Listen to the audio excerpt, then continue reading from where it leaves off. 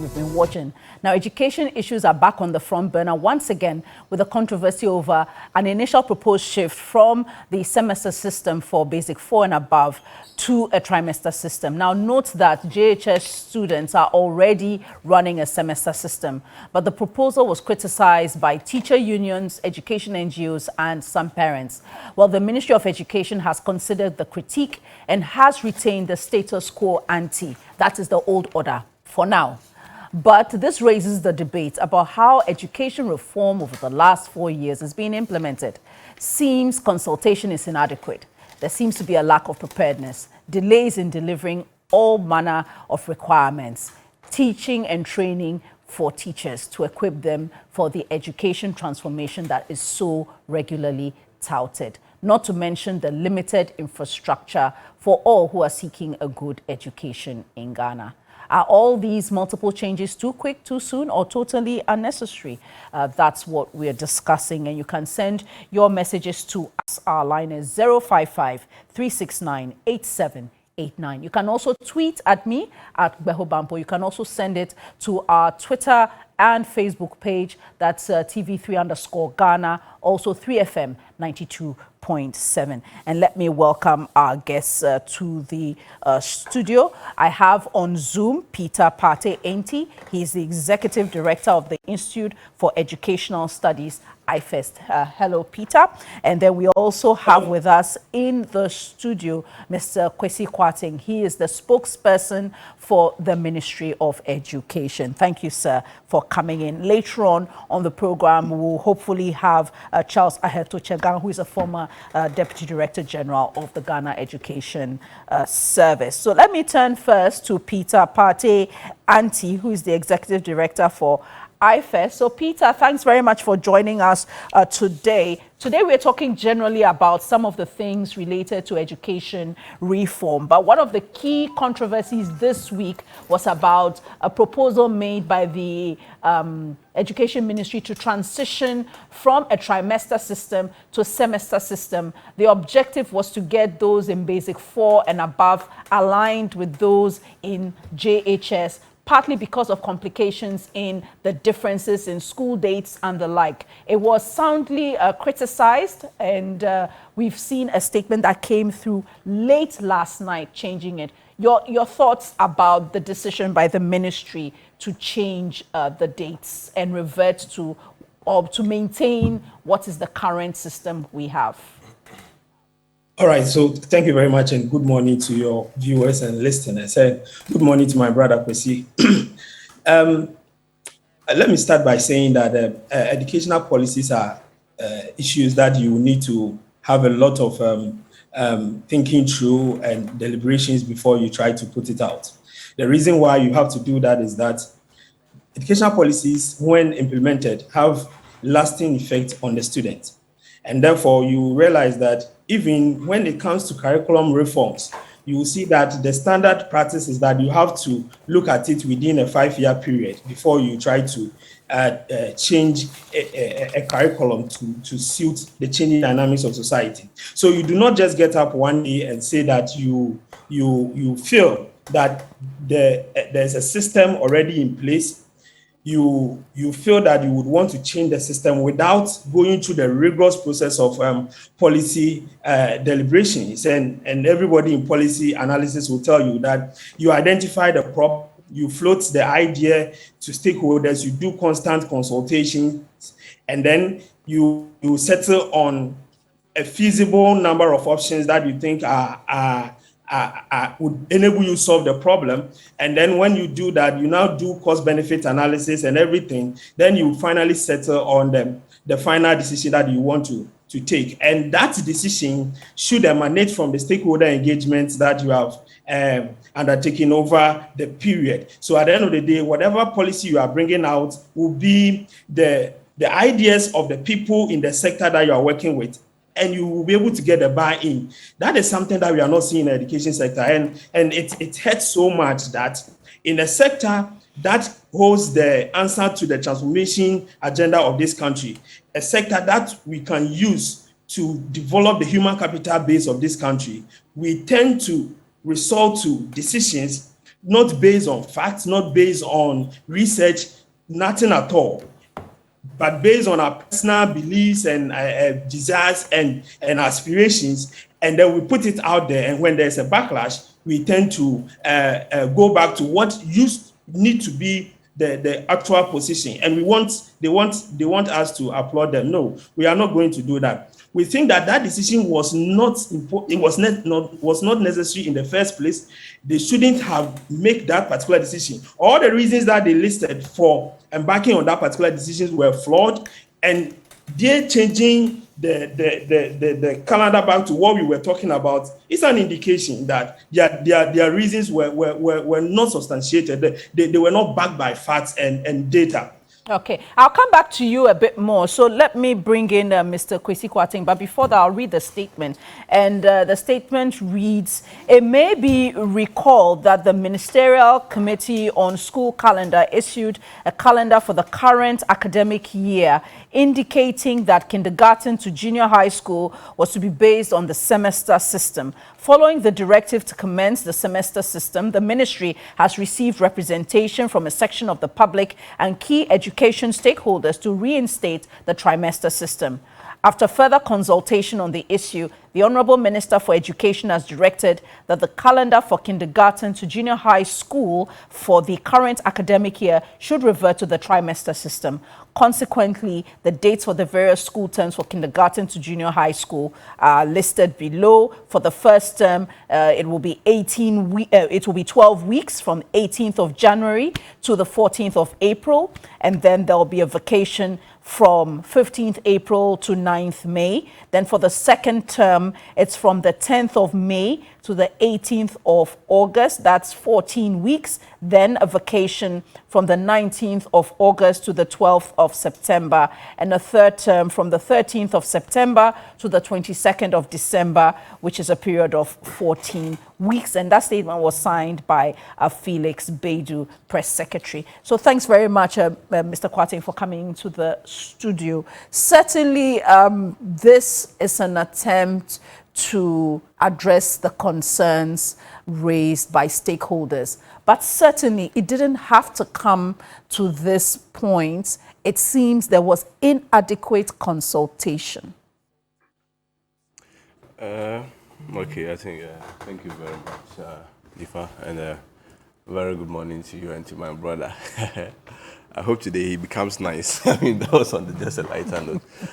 Apparently, I think we need to have this conversation, of course, I mean, with records to all the facts surrounding it.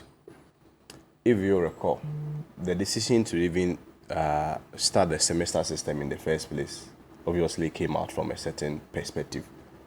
At no point did somebody just feel that we needed to introduce a semester. Of course, I mean, there are some key variables or indicators that we need to meet, of course, in our attempt to provide quality education. One of them has always been to maintain the 6-hour rule. That is the 6 hours that our teachers have the contact That's hours. the contact hours, yes, the timelines that the teachers engage directly with the teachers, with the pet students, yeah. Of course, which translates into about 30 hours per day. Sorry, per week. We have 6 hours per day, 30 hours per week. And of course, we have always been having a system of 40 weeks within the academic year. And so in terms of the instruction hours, cumulatively, if you multiply the 6 hours per day by the 40 weeks, we are getting around 1,200 hours per for the academic year. And then, of course, I mean, the most important thing was to achieve these key variables in order to provide the quality of education. Of course, what was in contention, and I mean, a lot of views, different and divergent views, was how we do it. And then the Ministry of Education, after setting up the Committee on School Calendar, felt that it was proper, that, I mean, we needed to even, how do you call it, be quite progressive by even aligning that of the basic calendar, especially at the lower level, with that of the GHS and the senior high school. Of course, I mean, this received some level of concerns, and you may call it some opposition or resistance from other stakeholders within the educational sector. And so what we did was that we're quite concerned with the issues that has been raised. it is instructive to know that when you look at the committee that set up to resolve all these challenges, I mean, related to the academic calendar, it had its membership to include the NACA, that is the body responsible for curriculum assessment. It had the Ghana Education Service, which has always been the implementing body. And it should be noted that when you talk about the Ghana Education Service, even the unions largely are part, because the unions are made up of teachers, and these teachers also are part of the Ghana Education Service. We also had CHAS, that is the Conference of Heads of Assisted Senior High Schools, and even heads of basic schools. Of course, I mean, those were largely the membership of the committee. After they had, of course, I mean, progressively done part of their work, they also engaged the teacher unions, for that matter, NAGRAT, NAT, and the CCT. I think it was after they had brought their concerns out, and of course, I brought the draft document that we heard NAGRAT or the teacher union saying that they were not consulted. But I want to place on records that we want to quickly differ from that, because that level of consultation was done. But of course, I mean, to the extent of that consultation may be a question that maybe the two parties may want to look at. It was the more reason why the leadership of the Ghana Education Service felt that we need to reconstitute once again this meeting and hear the concerns of these teachers. Because at the end of the day, they have always been the implementers, and they are going to implement it. Isn't it also not the case, though, that if you did not revert to the status quo and you had pushed ahead with the trimester system, it would have increased their contact hours, which the unions say ultimately varies their conditions of service? It means that government will have to renegotiate that. That could bring turbulence on the labor front in the education sector. So the only realistic thing to do was to go back to what is accepted and well known. If you look at the semester system and the trimester system, in terms of the contact hours, it's the same. In terms of the breaks that they had, it was largely or literally the same. If you do the overall accumulation, it was the same. I think what the implementers in this case, the teachers felt that they are very comfortable and will want the trimester system. That's why I'm saying that. We spoke to Mr. Thomas Musa. And what did he say? He said that the hours were going to increase from the 6 hours to 8. No, you see, I think the Deputy Director General in charge of administration and quality assurance, Dr. Tando, clarified this on one of our sister stations, where he made it clear that there was initially a document that was speculated that did not come from our end. So far as we are concerned, the contact hours was still 6 hours within a day. And so it was even the more reason why the Ghana Education Service felt that it was only prudent and proper that we extend once again another invitation to these teacher unions, so that we'll be able to clarify the outstanding issues, especially some of these issues that has been raised within the media, even though officially the ministry or the agencies have not been notified of. In that meeting, I mean, we all heard the outcome that it was inconclusive as to whether or not we should go to the trimester system or the semester system.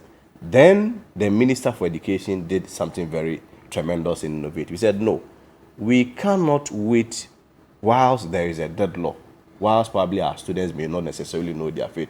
And for that matter, if the implementers of the policy are saying that they are very comfortable with the trimester system, why not? At the end of the day, we still get our 6 hours per day, our 30 hours per week, our 40 and our 30 hours per week, and of course, cumulatively, you still get your 2,200 hours, which does not affect the teacher in any way, which does not affect the student in any way. So he intervened and said that let us reverse back to what the implementers felt or think is good for all of us, and that is what we have done. So for me, it is not a state of confusion, it is rather a state of concern, and the fact that we cannot measure on the minors or minus on the majors, because at the end of the day, in terms of any of them, we are not losing any of the contact hours. The most important thing is that we are able to achieve the 40 weeks, the 6 hours per day, and cumulatively the 1,002 hours. And that is what the ministry has done. So for us, it's about listening to the concerns that were raised, I mean, by all stakeholders. And of course, I mean, it doesn't necessarily mean that broader consultation were not made. Like I said, I've listed the parties that were part of the how do you call it, the committee that drew the academic calendar even from the start. At some point, there were some level of consultation also that were made, of which the teacher unions were present. But of course, I mean, clearly, if we see their statement, it presupposes that there were some outstanding issues that they felt that maybe it should be looked at. Again, where that's very listening, and also we open our arm and listen to them. Before you laughing. Before are you laughing? Before are you laughing? Before no you. Before you out. Before I laugh. All right. So on that note, on that note, let me go to Mr. Partey Enti. Mr. Partey Enti, your final thoughts on this matter. Then we move on to the other issues, because the fact that this has been changed doesn't stop us from addressing the other concerns that kind of raise similar issues about how the education reform is going and how it's being implemented. You see, when I tell Kwesi that his work is difficult, he doesn't want to agree. But that is the fact. His work is very difficult. See, we were told by the Minister of Education that this is the first time a national calendar committee was set up under his supervision, if you read the report. And he said this on Asase Radio. Now, he set up a committee to look into how we'll be able to put forth an academic calendar that will be definite and long-lasting. That committee, according to Kwesi, did broader consultations. They spoke to, or they listened to the people that are supposed to be listening to. And then when they finished, they presented their report. That report was implemented under the supervision of the Minister of Education.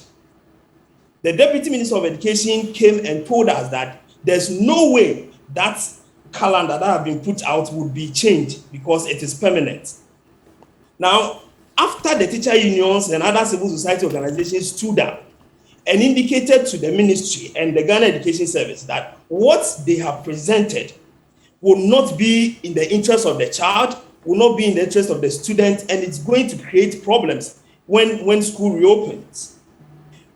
They threatened, the teacher unions threatened that they will have to take actions because they will have to now go back to do some sort of negotiations and other things. The minister now calls or is now asking that let's go back to what the original plan was, and which is we are going back to our trimester system. Kwesi is now telling us that we are majoring in minors and that they opened their palm to accept the information or the criticisms that were coming from the public. I think that the ministry owes all of us a lot of apology. In the first place, they delayed in bringing out the calendar. They did delay, and when they brought it out, a lot of issues have come out, and they have now listened to they have seen reason in the things that we were all saying, and they have gone back. The first thing that the ministry should have done was to apologize to Ghanaians, to apologize to stakeholders, that they are taking the education sector for granted, that they are doing things their own way, and when they feel that there's going to be a backlash, because already UTAG is on strike. TEWU just returned from a strike action, and I knew definitely that the various teacher unions were preparing to call for an industrial action, and it is that particular concern that shook the minister and his entire team, and they decided that look, if we are not careful, we are going to have a lot of turbulence in the education front, and then therefore we need to do the right thing, which is going back to the trimester system, which is tested, which has been tried and tested. So we are not making minors. But Mr. Enti, the trimester system is what we all know. Yes, it's been tried and tested. But currently, we know that JHS is running a semester system born out of the loss of 1 year of school, born out of efforts to implement an education reform, knowing fully well that students were behind. With that in mind, certainly, it means that there's still something to be fixed at the basic level, because there's time loss nonetheless. Maybe going to the semester system is not the solution, but the truth is the implementation of the semester system for JHS to JHS 3 has been smooth.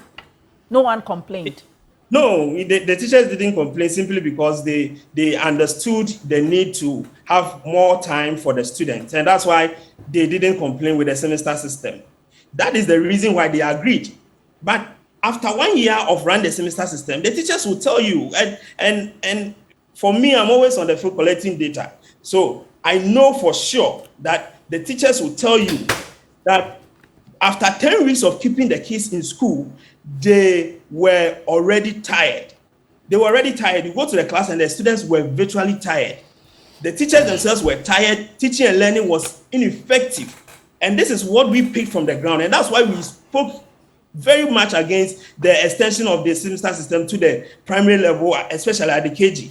That was the basis why we were talking against it, because the implementation of the semester system, although it was supposed to help the teachers cover what they lost during the COVID period, did not achieve its objective because the students were tired. Some of them were not even going to school at certain points in time. And the teachers will tell you this. So if the ministry believes in data, they believes in undertaking research to inform their decision, they would have noticed this from day one, that look, we cannot extend this to the primary level, and therefore let's revert to the trimester system and maybe engage the teachers and see whether we can extend the school hour by school period by 1 hour or 2 hours. Let's do that kind of engagement, because you cannot keep students in school for continuously 20 weeks. It was not going to work that way. It was not going to work that way. But they because I keep saying, because they believe that they have been given the power, and because of that, they can just get up at any point in time and do what they want to do. It has happened with the NSAT. It is happening with timetable. What else should we wait for? It is happening with the CCP, which we might be talking about. They don't want to listen to reason. They don't want to listen to the data and the facts from the ground. They think that they have the power to make decisions, and that is why they will keep going. They will hit the block and will come back to what we are originally talking about. Thanks very much, Peter. Pate Enti is the Executive Director of the Institute for Education Studies, IFES.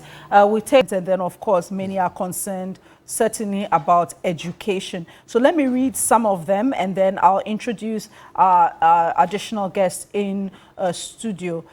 This one from Moses in the OT region says, I think government needs to tread cautiously in implementing reforms in the education sector. It seems to me that the government is not exactly sure what it wants to do.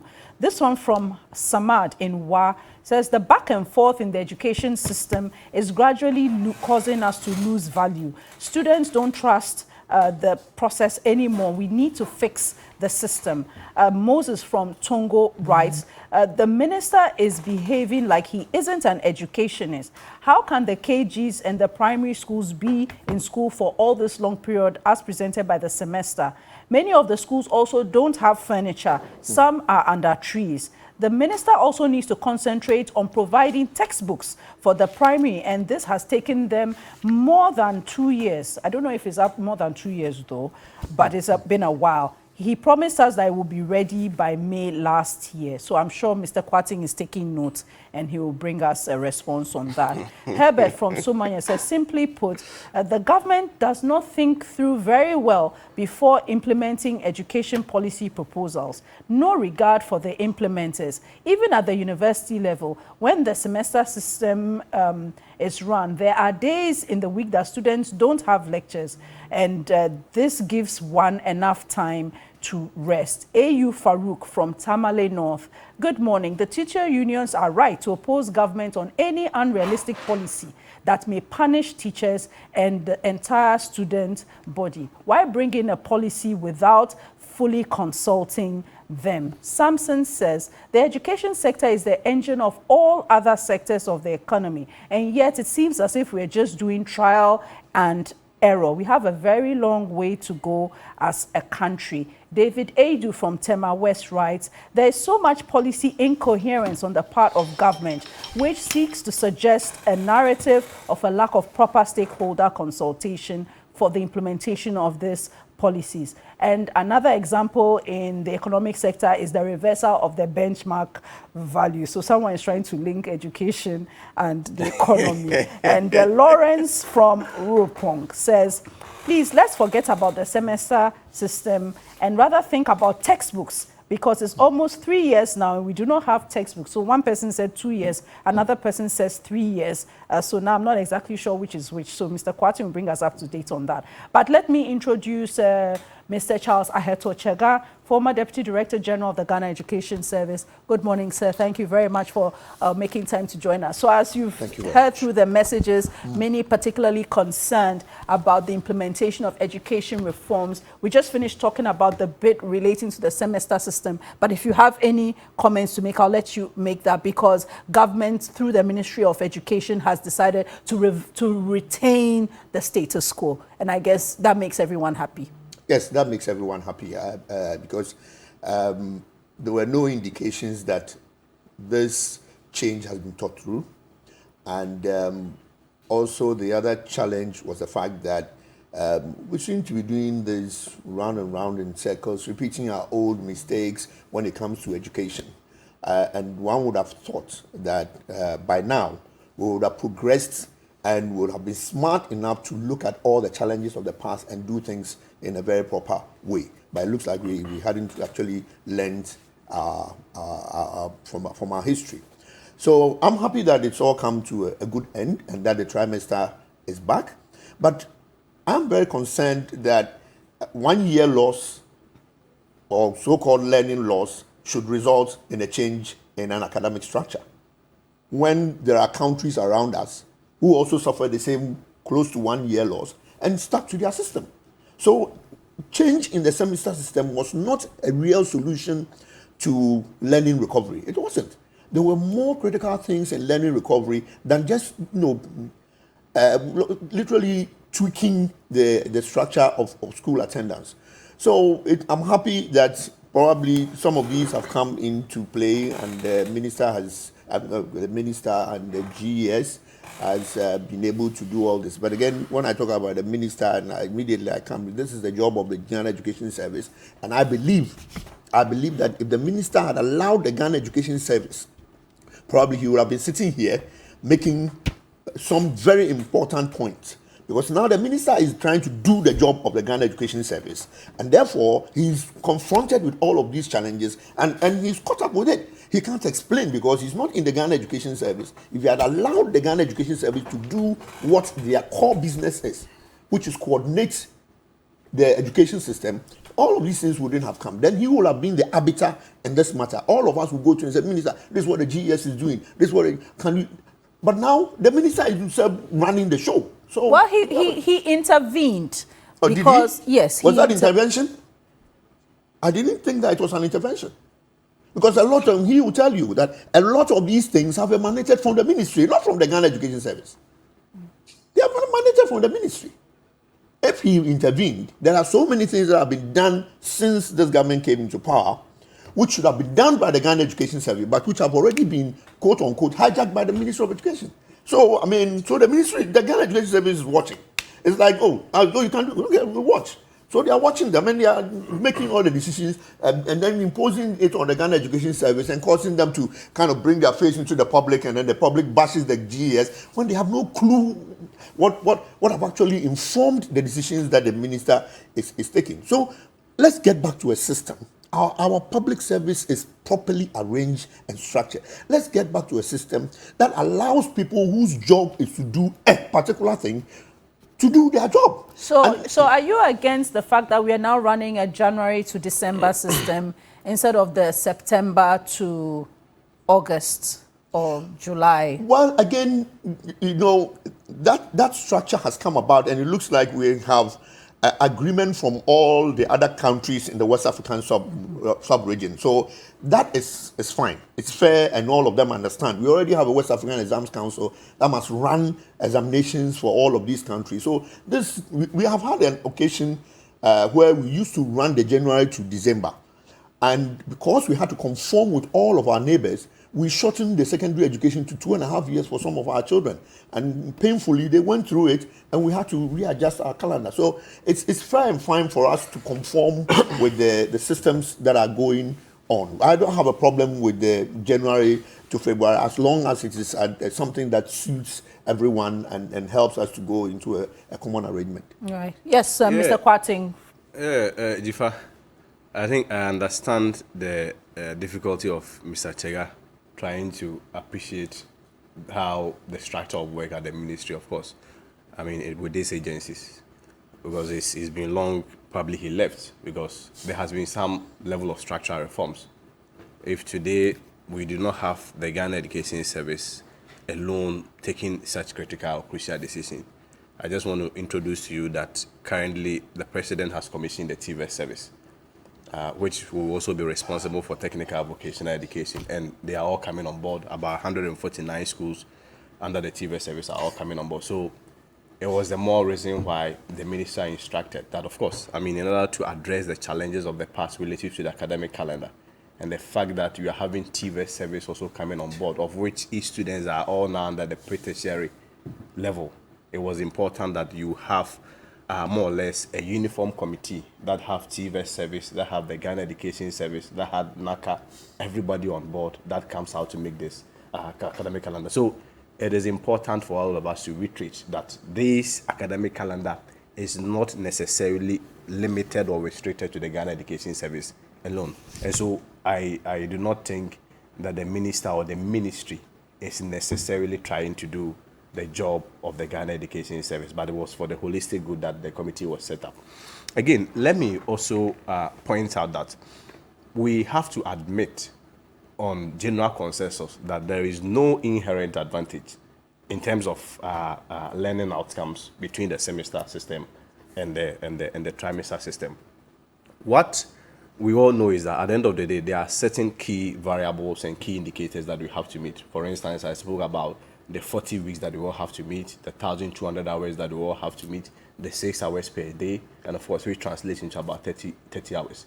I think the contention was whether or not we were to use the semester system or the trimester. If you look at the decision that informed the birth of the semester system, of course, I mean, you recall that just last year at the GHS level, they were running a semester system.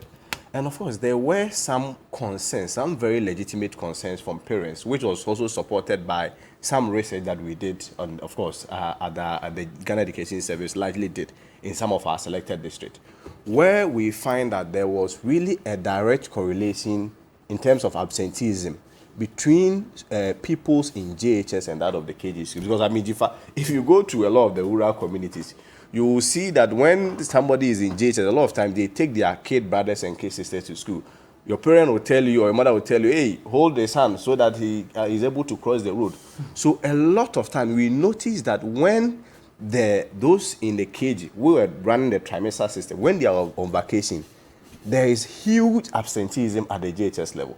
Because it's very possible that your parent or your mother asks you that, hey, look, sit down, sit home and take care of your kid brother. And we needed to also address that. So when the opportunity presented itself through the work of the committee, we felt that there was the need to align the academic calendar so that we all have a uniform semester system. That was the basis. That was the basis. But of course, I mean, against that backdrop, we have to agree and of course let everybody know that in terms of learning outcomes, it really have no inherent advantage because we are really attaining. So how then do we recover the learning recovery that Mr. Chega talked about, where, for instance, in a year, even though there were online schools, let's face it, it wasn't really the same. There were many who didn't even have access to internet to do online schooling if they are in the public schools, for instance. So how then do we address learning recovery?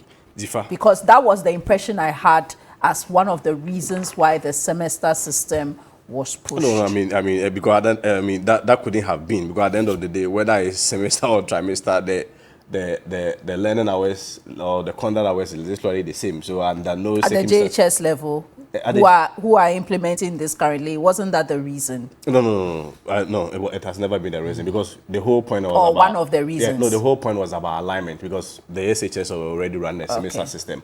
And so it's in line. It's in line with what Mr. Chega said. Yes. So I mean that is not even a question. So I mean, if I was landing, so like I've made clearly that there is no inherent advantage with the two system in terms of learning outcomes.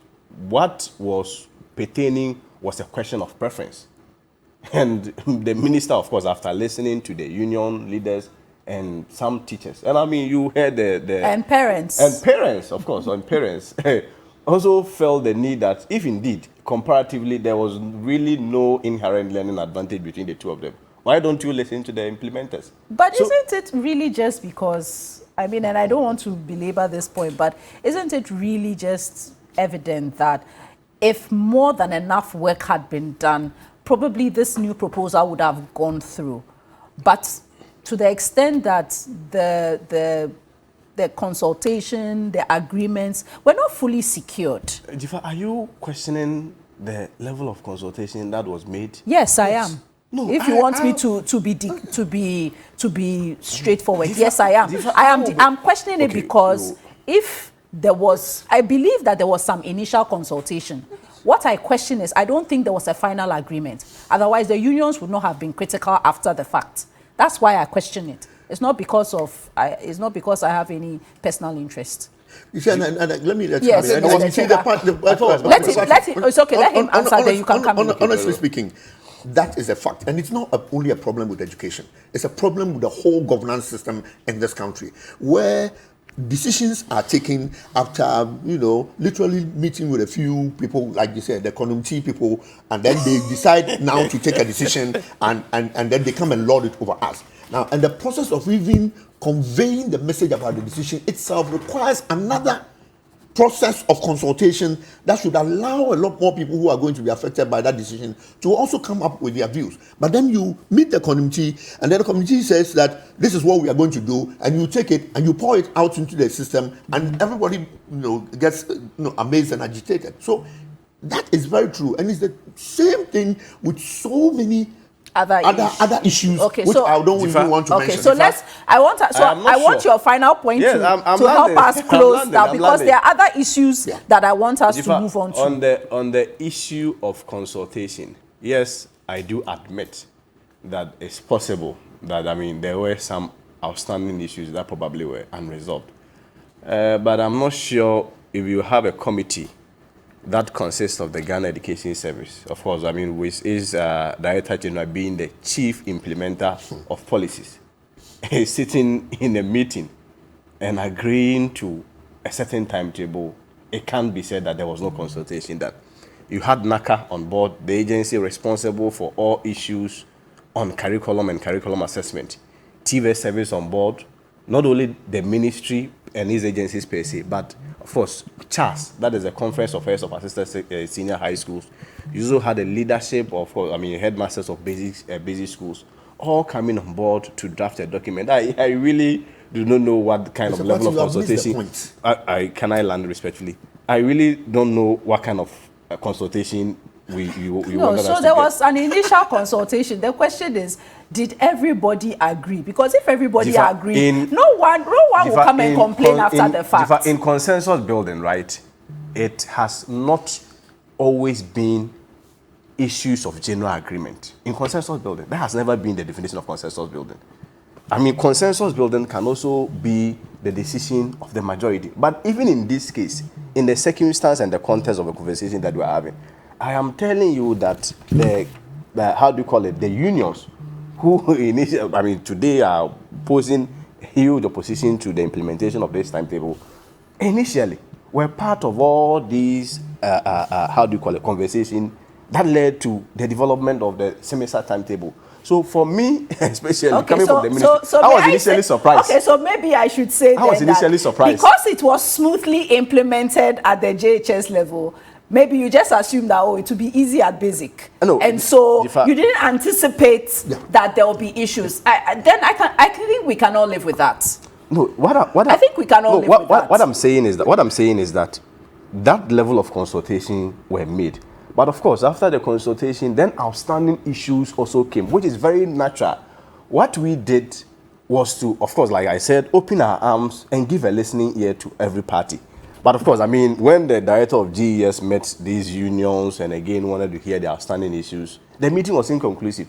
Then the minister have to come in to intervene. That is the stage where the minister came to say that, look, if you look at the learning outcomes, there is no inherent advantage, when it comes to the learning outcome between the two.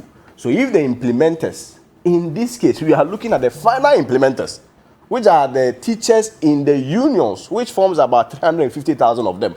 If they are saying that after a careful review, they want the trimester system as a way of preference, why not? Okay. So if I don't think we should spend a lot of time on fine. this issue. I think generally you've come to the point where we agree. Now let's take a look at a few other things, because the key discussion for us is that we're having education reforms which has spanned or traveled a certain timeline. And there are concerns that it's too many changes, too quickly, too often, and some are even confused about what we are supposed to do, what's going to happen. Let me come to Mr. Pate Enti, who I know has been following us. Too many reforms, too quickly, too soon, and then your take on the timeline on the textbooks. Some say 2 years, some have said 3 years from the WhatsApp messages. Your thoughts on those? Okay, thank you very much. Before I go on that, so I want my brother Kwesi to understand that. Are you going? No, I'm not going there. I'm not going there. Because no, I'm not going that discussion. No, I'm not going there. I just want him to know that we know what is going on. That's all. What is going on? Yeah. So for some of us, we cannot say it, but Mr. Tsega has said everything that is happening. Leave Ghana Education Service to do what they are supposed to do. Let me continue. I understand that a lot of reforms are going on. And for me, from my professional perspective, they are good reforms, because the end target of every reform is to ensure that you improve learning outcomes. And to improve learning outcomes, there are certain variables that you need to touch. So the teacher should be touched, the curriculum should be looked at. You should also look at resource availability and infrastructure and everything. And you cannot do this in a linear kind of way. Like, you don't do one, and then when you finish, you go and do the other one. That is why we decided to first look at, that's why we decided to reform the curriculum. Whilst we were doing that, we were doing teacher reform. So we said that the College of Education can now give degrees to their students. We changed it from 3 years to 4 years. We said that those in the system who have certificates and diplomas can do sandwich programs and top up so that they will be able to catch up with the system. At the same time, while we were doing this, we were reforming our curriculum. We were saying that let's move from the objective-based curriculum to a standard-based curriculum. These measures are all targeted at ensuring that the students get the quality education that he or she needs to get. And at the end of the day, we are improving our human capital base. So I'm okay with the reforms, because they are not supposed to be linear. They can be done at different points in time. But we should ensure that the needed kind of resources that are needed to power all these reforms are given. For example, you are looking at the teacher reforms, saying that the teacher should have a 4 years. Some of them go and top up. You are asking them to do licensing. You are asking NASIA to enforce supervision and monitoring. What happens to the teacher himself? What happens to motivation of the teacher? These are issues that you also have to bring on board, so that whilst you are improving the quality of the teacher, you are also improving the welfare of the teacher. These are things that you need to bring on board. You are looking at the student. You are saying that the student needs a kind of curriculum that would open his mind, that will make him meet the standards in the 21st century. But you are not giving him the needed resources. We were told that the students were now going to even sit in rounds when you enter the primary schools. But I know when you go to these schools, they are still sitting as we used to sit back then in the primary school. The desks that we are creating now still do not conform to what we initially intended the reform to be.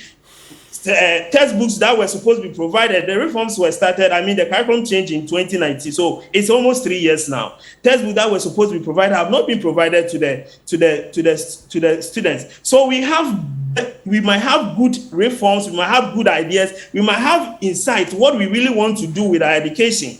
What we do not have, or what we have not been able to do well, is how we can implement these in such a way that you will get the needed outcome. So always when it comes to implementation, we are facing numerous challenges. That is why, from our perspective, we felt that wholesale implementation of policies is continuously widening the inequality gap in terms of learning outcomes, in terms of infrastructure, in terms of everything. Because if you look at the data from the ministry, and they have a lot of data about what is happening in the education sector. Sometimes I wonder whether they make use of it.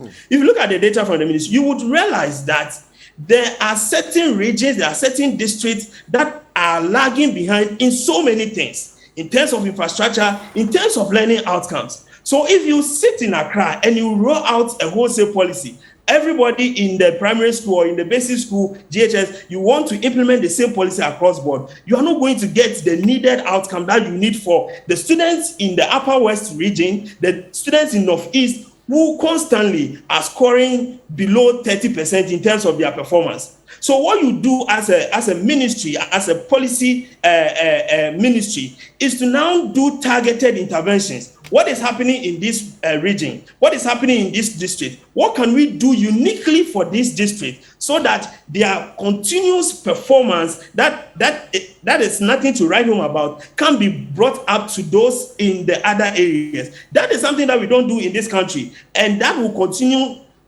That will continue till we learn that reforms or policies that are applied wholesale will not yield the needed results that we want. Thank you very much, Mr. Nti. So, Mr. Kwarteng, do you want to address that before I come to Mr. Chega? No, we can. Okay, so Mr. Chega, too many reforms happening all at once? Yeah, I think that, yes, there are too many reforms happening at the same time, largely as a result of the fact that these reforms have not been properly thought through. Which ones for you are okay? Which ones haven't been thought through? Because when it can't also be everything that hasn't been well thought through. Is that there are so many challenges that require a reform in our education system. But I am very certain that the government cannot do all of them within the time frame that it has. So when I talk about thought through, I'm referring to what are the most critical strategic things that we can do over the time period that we have, that we can say that at this period we have actually done all of these things and we are sure that we can move on. It's important again to emphasize something that I know the government knows, that this is a governance system which calls for a continuum. Therefore, let's say the MPP government cannot consider itself as being capable of addressing all the challenges. So it must select and select properly and make the right impact. That is why I talk about thought through. Because in this reform, it is not only about education structural reform, it also includes an institutional reform. And the institutional reform is where some of the challenges really are. Because again, you need to literally reform the institution to make it effective and efficient. Now, what we have is a fragmenting of the institutions, to create little small bodies that will do some things. Honestly speaking, I am not in favor of this aspect of the reform that deals with what they are referring to as the TVET service. And for those people who know me, I have not made this secret. I am not in favor of it. Why? And it's part of the reform. Why? Because we need special attention for technical, vocational education. That is where you it's the path to transformation. That is where you get hoodwinked into thinking that you need special attention to this, and you need special attention to STEM, you need special attention to this, and you don't do that by creating institutions or fragmenting the job of an institution and giving it to some small body to go and do. Now you set up TVET service. Our understanding of a service as is in the constitution means that it must be national and holistic. And it's all about education, isn't it? Now the Ghana or the education service as in the constitution is education service. And it is supposed to do everything about education, which includes TVET. Now, if for any reason we believe that there is a problem with TVET, what we should do is not to create a TVET service, but to come back to the institutional arrangement defined by our constitution to say, look, where are the gaps that are preventing the education service from doing this? Now you set up an education service. Now he will tell you that in that education service, the technical service, there is a director general. In fact, simply put, the technical service is mirrored against the Ghana Education Service. How? Mirror. You have a director general. You have a deputy director general, and two for that matter. You are going to get one. How many regions do we have? You are going to get 16 regional directors. You are going to get 275 district directors for a body that is only managing, what is the number? Less than 2,000 schools. I think TVET is not significant. Don't worry, you come No, in. I'm not talking about the significance of TVET. Yeah, it's I'm about the talking structural about setup. how you manage it. You can have, and of course, I'm even very skeptical that this TVET service would work. I'm very skeptical. Okay, so now we have the TVET service, then we have NACA, we have all these. No, NACA, so you are not, so for you, all these things being isolated is not the best approach to deal. NACA, I thought it's a decentralized approach. There you have brought in the other part, which is even part of the problem. We would even go to that decentralization talk. NACA was created to do a proper coordination of the curriculum, which is a very specific thing, because in the Ghana Education Service, we had a division that was taking care of the curriculum. In the Ghana Education Service also, we have a division that takes care of TVET. And so we have 46, probably 47 or 48 formal technical institutions, right, under the Ghana Education Service, or which have now been migrated into what they now call the TVET service. I'm saying that whole management process to create a whole service mirrored and against the Ghana Education Service, it's not an effective way. There's no value for money in this kind of organization. What you are doing is that you have created a parallel system that could have been properly managed through an efficient reorganization of the Ghana Education Service. So you don't need a service. All you need is you have a Director General who is a head of the Education Service. Then you have two Deputy Directors General, one of which is dedicated solely to TVET, so that Deputy Director General will pay attention to the TVET issues and address it. Then the Director General who is on top will coordinate all of this together with the ministry. You don't need, because at the district level and the regional level, you have the regional directors, you have the Deputy District Directors who are dealing with the same TVET issues on a day-to-day basis. So again, if you do all of this, you are just you are putting institutions upon institutions upon institutions, and government has to pay. I mean, it's not money. Today, if you are talking about efficiency in our expenditure, I would really recommend that some of those institutions that have been created, that suck the money from the system, that money that we are going to pay for all those structure of individuals who will become Director General and all of those things, we could use that to create, to put into the education system, just the same way as we have been arguing that we don't need to give teachers alawa. We should take that alawa out, let them go and take what we call student loans, and then we take that money and put it into the system and improve upon it. So those are the aspects and that's why I say it has not really been thought through. People are eager to make changes in the system. I don't have a problem with changes, but you must think through it strategically. This is not a rich country. So you don't go dishing money out into institutions because you want to do something different. All right, so let's talk just a bit before then Mr. Kwarteng can come in. There is the issue of, and you've talked about the strike, there's the training of the teachers, there was the upgrade to university and all those things, the provision of, the training materials and all that. And then now we don't have textbooks. We have NSAT that happened last year, but then it's for now public schools, private schools are not part of it. Are those weaknesses, can these be corrected quickly? I will give him time to answer that. Oh, No. Those weaknesses can be corrected. I mean, there's a we should continue on that path. There's a huge. Then it looks like we're going to do this education reform for like a decade. No, that's what I'm saying. That's what I'm saying, that there is a huge opportunity to look at the errors. The NSAT was a total failure, and it's important for the ministry to come back. In fact, for some of us in the education, what we call advocacy groups, we would not sit down and accept any report that attempts to describe the NSAT as a national exercise. But no. how do you say it was a failure? We've not seen the results. That's what I'm saying. You don't have to see a result before you see failure coming in. Because if you describe something as a national activity, then it must involve all the aspects of the national delivery. And we are private schools. And today the talk is, we have a system, and I don't know whether that is also part of the reform, because I haven't seen it in, that we are going to pitch private schools against public schools. And the national system will not deal with private schools, but we will deal only with public schools. And then you want to look at national performance, and national performance is measured against public schools. I mean, where is that? Where is that from? Meanwhile, all of these children write the same examination. So if you are doing a national standards test to test the levels of how we are delivering education, you can't go and do a national standards test for public schools and come and give us a report that say, oh, Ghana is performing poorly on this because we say no, that is not a good. You didn't do a holistic analysis of the situation. So we are happy to refer to it as a pilot. We don't have a problem with that. It's still a pilot. I mean, pilots are done, and we are happy that the government has chosen, the ministry in fact has chosen to do a pilot with public schools. Then it will see how it can then deliver the NSAT. We have serious issues about the way this NSAT was implemented.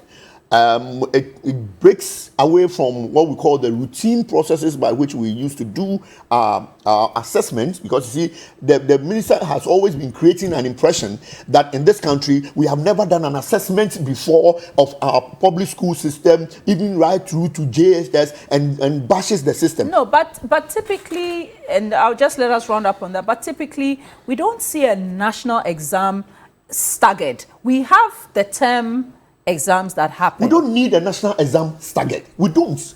What we need is a periodic assessment of how we are delivering education. And that's an assessment. Internationally, it is done.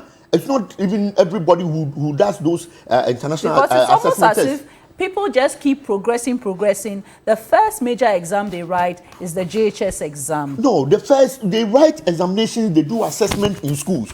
Those are more like summative stages where they need to do that for the processes of progression from one level to another. And at the end of each level, we have an assessment that will allow you to go into the next level, which is fine.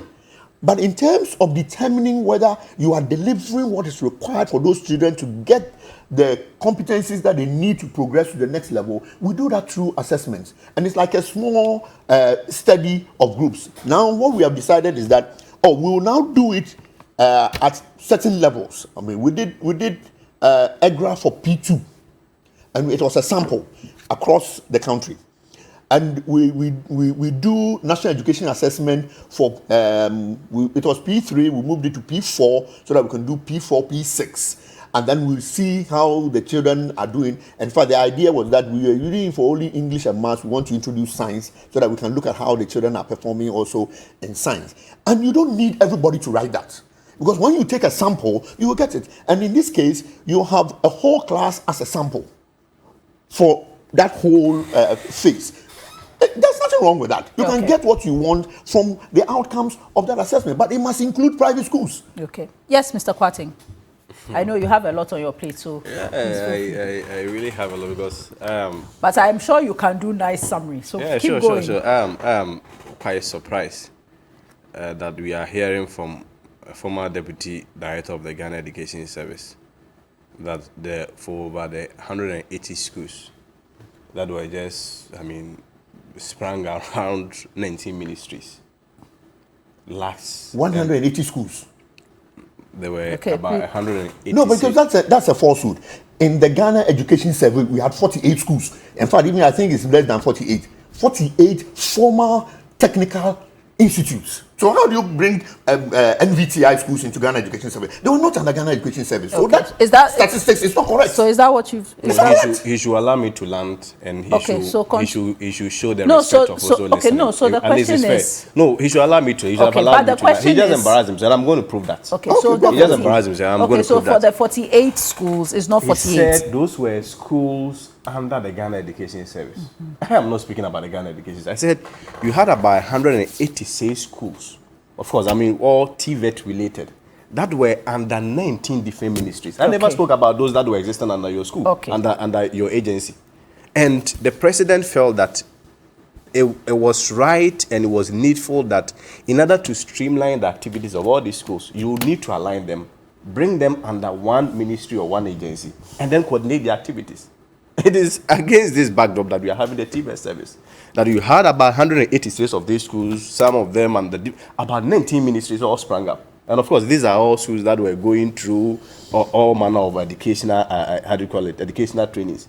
And there was the need to align them, of course, by bringing them under one ministry so that you can properly coordinate them. Bringing them under one ministry will mean that we cannot still come and add 186 of these special TVS schools under the Ghana Education Service. So, indeed, we needed to establish the TVS service. And, of course, I mean, these are matters of law. It went into Parliament. An act has gone to bill, sent to Parliament, now passed into an act. And I wouldn't even want to speak to the legality of it. But if today you want to demonstrate to me that those 186 schools did not need coordination, I mean, fine, Ghanaians are just watching.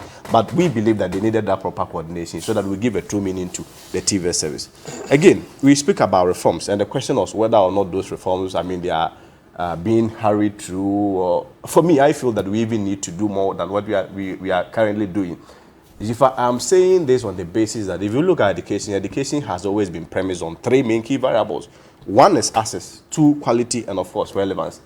At each of these variables, there needed to be an intervention. Because, I mean, we do admit that there has been a lot of systemic and structural problems when it comes to education that we are having in this country. I have always maintained the front that the education system that we've had all over the years has not been helpful to us, because before you are able to create a determination that education has been good to us, it has to have an impact on our socio-economic transformation. And this we've never had, because often at times, and for some time now, the kind of students that we have been training, you are training students that are not assertive, that are not problem solvers, that are not critical thinkers, and that do not necessarily solve societal problems. So there was the need to really address these challenges. How do you address it? One, you talk about access. Access will mean that, first of all, you have to provide infrastructure, even at the basic level, at the secondary school level, you also have to provide infrastructure. At the basic level, for instance, as I speak with you, I mean, last 2017, for instance, GETFund, Dr. Boadu Nko did that infrastructure audit and realized about 3,897 projects have been left at different stages of uncompletion. You can call them abandoned projects. As at last year, 1,001 of these projects were done. At the SHS level, about 1,013 projects at various levels of completion, which are freshly new projects. Today, we talk about the STEM schools, the completely new STEM schools at Pesimpe, Abomasu. All these schools are all coming to add up to increase access. Not only access at the basic or at the second, but of course, I mean, you know of the flagship free SHS policies. The whole point is that, of course, we may have challenges within all these policies and other things, but ultimately, it's a progressive step to addressing the challenge or the problem of access. Then you come to quality, which has been an issue of contention with what, how do you call it, Peter was saying. Of course, quality will mean that you have to provide textbooks in terms of addressing challenges with teacher disparity, teacher competence, and what have you. And curriculum reformation and assessment. Is it true that it's 3 years since we got textbooks, or is it 2 years since we got textbooks? I think when are we getting? It's more than 3 years, but I think what is more important is that we get the textbooks. And I can assure you. So do you understand why people criticize? Yes, people. Do you understand why people criticize then that if you do education reform and you want the best learning outcomes, one of which is access to textbooks, not just for the students, but for the teachers. Yes. I know you will tell me that you've provided the training pack for the teachers, so don't repeat that. No, so the point, give me the opportunity to address the concerns. But your point has been made clear. But the issue is that if you've not in 3 years, or even I was conservative, I thought it was 2, provided textbook, it begs the question then, why should we do all these things? Why don't we target the reform such that we get the best out of what is most important? Hold on, Mr. Chega. Yes. So textbook has not been provided, so we shouldn't build science resource centers. Oh, we didn't say that. Hold on. Per your logic, textbooks has not been provided, so STEM schools should not be built. Textbooks has not been provided, so in terms of free SHS, probably it shouldn't happen. I mean, it's very simplistic to suggest that. But let me address the issue of the textbook. Let me state on record here that if you look at this curriculum, you see, there is some confusion in town that we need to address. What is the basis of the new curriculum in the first place? If you look at this curriculum, it's a curriculum which is a standard-based curriculum, which has nothing to do with the objective-based curriculum that we're doing. I have to state on record here that this curriculum largely is not textbook-centered. If you want to pivot this curriculum implementation on textbook, then it means that you are reversing back to the old curriculum. I think that record needs to be set straight. But of course, it does not reduce the significance of the textbook. Of course, textbooks has always been supplementary reading material in this curriculum, this standard-based curriculum. So when people say there are no textbooks and create the impression that the ministry doesn't know what they are doing and some way, somehow, nobody is working, I really find it difficult, because even if there were textbooks, this curriculum is not set textbook centers. Nobody is going to use the textbooks as a teaching material. It is only a supplementary material that the students are going to use as their way of guide. What has been provided as I speak with you is the teacher's resource pack, which complements the requirements of the curriculum. Because if we had made a case curriculum textbook center, what it was going to mean is that we're going to do things in the old way of doing things, where you have to review the curriculum and the curriculum, everything you teach have to be centered on, I read the textbook and this is what the textbook is saying. It is quite broad. It opens it up, and this curriculum gives that opportunity for people to even learn outside the textbook. But of course, I do agree the concerns that has been raised when it comes to the textbooks. If you recall, of course, procurement process and other things started, I mean, initially... Oh, you've explained that one. So you tell us when the textbooks are coming. we know, and this is not to diminish the explanation, but I think the explanation has been given time without number. I think now what people want to know what I wanted to add is the quality assurance. That also delayed it. Okay, so you can address that. And then what are the revised timelines? If we can then have a firm view of that. I think like the last time I mentioned that I contacted the procurement department, and I am very much aware that by March this year, the textbooks are going to hit in our schools. And of course, I mean, in concluding, I spoke about quality. Yes. Today we are having the teacher professional development allowance, introduction of the one teacher, one laptop policy. Of course, a lot of reforms have taken place. If you come to, for instance, on issue of relevance, for instance, education needs to be situated in that area where you have an impact on the socio-economic transformation. That means that we really have to change our content. Today, the minister has been pushing the STEM agenda through STEM academies, science resource centers, increasing our gross tertiary enrollment ratio, and not just necessarily increasing it from the current 18.84%, but increasing it with a content that, I mean, is science-based or science-centered. I mean, just last week, the minister launched the pre-tertiary engineering program, which also gives opportunity for the how do you call it, the non-sciences who may be interested in doing engineering and other things, the opportunity to also have access to, I mean, pursuing engineering course. So, yes, we cannot say that all our challenges within the education sector has been faced. We cannot say that the solution or approaches has always been perfect. Of course, I mean, if you agree that as a general rule, even sometimes your solution to addressing problems itself may have its own challenges.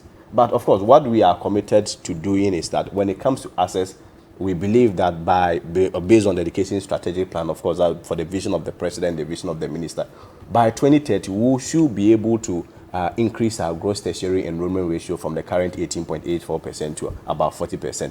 This is something that we've demonstrated that we are doing in terms of access at the basic school level, in terms of access at the secondary school level, which of course also feeds, I mean, the tertiary level. In terms of quality, there have been critical interventions that we've done. Provision of textbooks at the SHS level, teacher intervention, teacher motivation, all these things are critical decisions that the ministry have done. I mean, I spoke about the teacher licensure, and of course, I mean, he rubbished the whole point about national standardized tests. He didn't rubbish it. He said they've been doing it. So trying to suggest that it was never done. Nobody said what that. is done is the minister said it. He has always been saying it. And I can say it even if you're here. He said this is the maiden edition of the one of national status. He says you were doing with about 500 schools. Sample and then generalize to the larger somebody population. comes in and that's for over 15,000 schools, and you feel that. Okay, so is it a pilot or it's no? It's a policy to stay. It's a policy to stay. So what about the private schools? Yes, I mean those concerns also came up. I remember the last time you were here. I addressed it. That yes, if you look at even the education strategic plan, for instance, we are supposed to do for class 2, class 4 classes, but the implementation started with class 4. Subsequently, all other year groups will be rolled in, including even the private schools. So there are plans to do that, and doing that has never been an event. It's surely a process. So, of course, I mean, like he said, we are not going to finish addressing all these challenges within a day.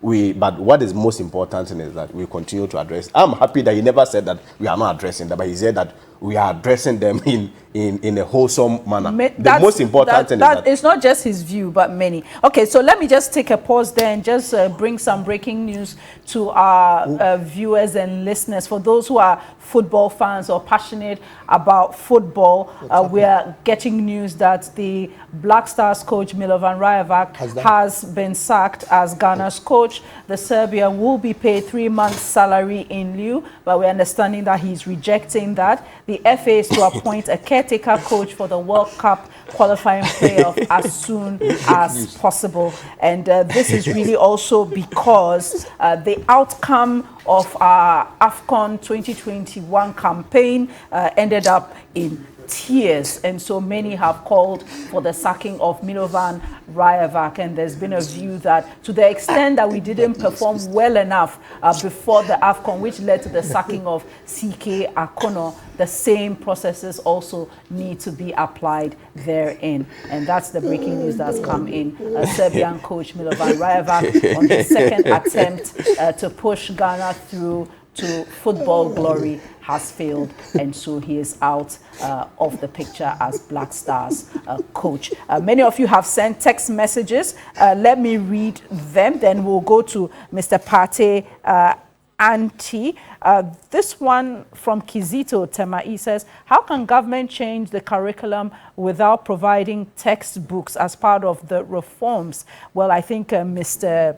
Kwating, who is the spokesperson for the Ministry of Education, has tried to address that the curriculum we have is not, the foundation is not based on textbooks. And so if we were to go by just wanting to have textbooks, we'll be going back to the old order. This one from Mr. Chase, he says, often policy statements announced by the governments contain ambiguous and contradictory terms, and this poses some problems for implementation. The implementers at the field level often face a variety of problems because the policy statements lack clarity. Broader consultation would have been ideal for getting the full support of implementers. That's from Yiba Mushi Zongo in Tamale. This one says, I'm David watching from Afram Plains North. Can you please ask the spokesperson for the Ministry of Education to clarify something for us? The dates they brought yesterday on the change of the calendar in basic schools doesn't tally with the weeks they brought. And then he lists the weeks. Meanwhile, on the letter, he talks about various things. So I'll share that with you shortly so that you can take time to answer it. Okoro from Dambai says, Jifa, the stakeholders, especially the teacher unions, were not consulted, and this brought forth the unnecessary back and forth. Government needs to leave the GES alone to do their work. Ej from Koforidua says, the inconsistencies that has plagued the GES is an indication that either our leaders don't think through the issues very well before passing them on to the GES for implementation, or they don't involve the relevant stakeholders. It's about time we stop all the drama and move forward. This one says the reforms are good, but the resources provided is the issue now. And those were some of your messages. The rest are more about the semester system, which has been reverted to the trimester system. This one from John in Jirapa. The instability in our educational systems in recent times won't help the learner and the country at large. I suggest that government leave the GES and the teacher unions to implement the education policies. And those were some of your thoughts. Thank you very much. Mr. Enti, anything you want to address in reference to what Mr. Kwating has been saying? All right. So I would just want him to understand that he should not downplay the role of textbooks in teaching and learning. The fact that you implement a standard-based curriculum does not mean that you do not need textbooks. And I hope that we don't go into a debate on that. It's something that we have got, we didn't do well, and we need to rectify it as early as possible. I think that is the best way to go. At no point in time. But Mr. Enti, if over the period we've done without the textbooks, the old textbooks that we've been using is what we are using, then maybe he is right that we don't necessarily need new textbooks. It's about the pack the teachers have, the teachers providing that guidance, and then you read around what the teacher has provided. That is why I salute our teachers for being innovative in handling this. But Jifa, this should be a problem for us. Unfortunately, when you come to the lower level of our education system, I mean the primary and junior high school, in Ghana, most of the middle class do not have their awards in this in the public school system. Most of them have their awards in the private school system. It is the ordinary Ghanaian, those in the lower class, who mostly have their awards in this system. This should tell you the kind of education you are giving to these kids, because a teacher would have to find ways and means, and I salute them, to still deliver the content that he or